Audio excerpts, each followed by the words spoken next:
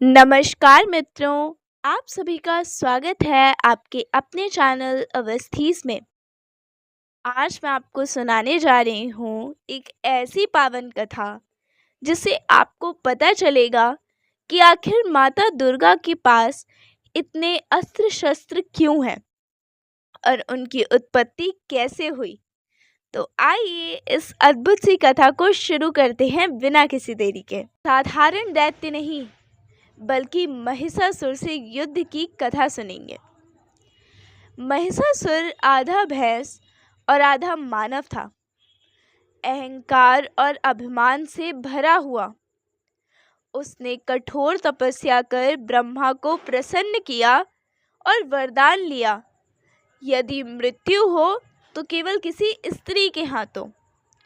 वह हंसता था क्योंकि उसे लगा कि स्त्री तो सबसे कमज़ोर रचना है, लेकिन यही उसका बड़ा भ्रम और उसके अंत का कारण बनने वाला था। वरदान पाने के बाद महिषासुर अजय बन गया। उसने स्वर्ग पर अधिकार कर लिया। देवराज इंद्र को परास्त कर सिंहासन से उतार दिया। धरती, आकाश और पाताल उसके आतंक से कांप उठे। हर जगह त्राही त्राही मच गई। तब सभी देवता त्रिदेवों के पास पहुंचे, यानी ब्रह्मा, विष्णु और महेश के पास। लेकिन महिषासुर का वध उनके भी बस की बात नहीं थी। तब त्रिदेवों ने अपनी अपनी ऊर्जा, क्रोध और संकल्प को मिलाकर एक अद्वितीय शक्ति को उत्पन्न किया। वही शक्ति थी माँ दुर्गा। देवताओं ने अपने अपने अस्त्र शस्त्र उन्हें भेंट किए। भगवान शिव का त्रिशूल, तीनों लोकों की गति को नियंत्रित करने वाला। विष्णु का सुदर्शन चक्र, जो काल की गति को रोक दे। इंद्र का वज्र, बिजली से भी तेज पर्वतों को चीरने वाला। वरुण का पाश, जो जल में भी शत्रु को बांध सके। यमराज का कालदंड, मृत्यु का प्रतीक। अग्नि देवता का भाला, जहाँ गिरे वहाँ अग्नि प्रकट हो जाए। गणेश जी की खड़ग, समय और पदार्थ को काटने वाली तलवार। सूर्य का किरण अस्त्र, जिससे अंधकार दूर हो जाए। चंद्र का चंद्र कृपाण, ठंडी किंतु घातक ऊर्जा का। वायुदेव का वेगास्त्र, हवा से भी तेज प्रहार करने वाला।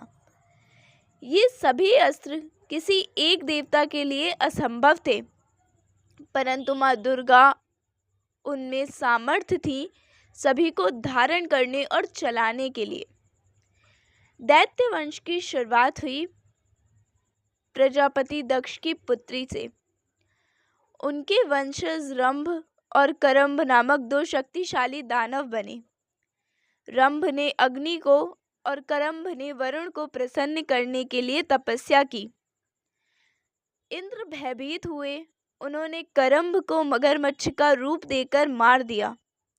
रंभ दुखी हुआ, लेकिन अग्निदेव ने उसे वरदान दिया कि तेरी संतान देवताओं के लिए संकट बनेगी, और रंभ की संतान ही बना महिषासुर।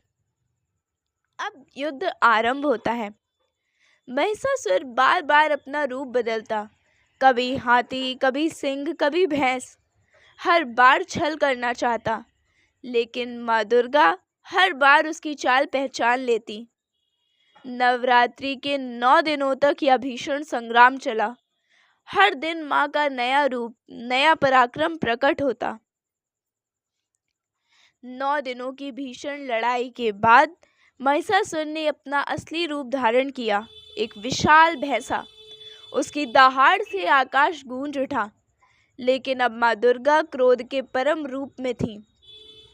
उन्होंने सिंह पर सवार होकर ऊंची छलांग लगाई। एक हाथ में त्रिशूल और दूसरे में सुदर्शन, और फिर शिव का त्रिशूल उठाकर महिषासुर के सीने को भेद दिया। महिषासुर की चीख से पृथ्वी हिल उठी और उसके प्राण निकलते ही चारों ओर शांति छा गई। महिषासुर के वध के साथ ही अधर्म का अंत हुआ। धरती पर शांति लौटी और इसी दिन की याद में विजयदशमी मनाया जाने लगा। नवरात्रि के 9 दिन माँ दुर्गा के रूपों की पूजा और 10वें दिन अच्छाई की जीत का उत्सव होता है। रावण दहन और महिषासुर वध दोनों ही इस बात का प्रतीक बने कि बुराई चाहे कितनी भी शक्तिशाली क्यों ना हो, अंततः पराजित होती है। दोस्तों, यह कथा हमें सिखाती है कि स्त्रियां कभी कमजोर नहीं होती। वे प्रकृति का ही रूप है। वे सृजन भी कर सकती हैं और संहार भी। आपको यह कथा कैसी लगी? कमेंट बॉक्स में ज़रूर बताएं। मिलते हैं किसी अगले वीडियो में। आपका धन्यवाद।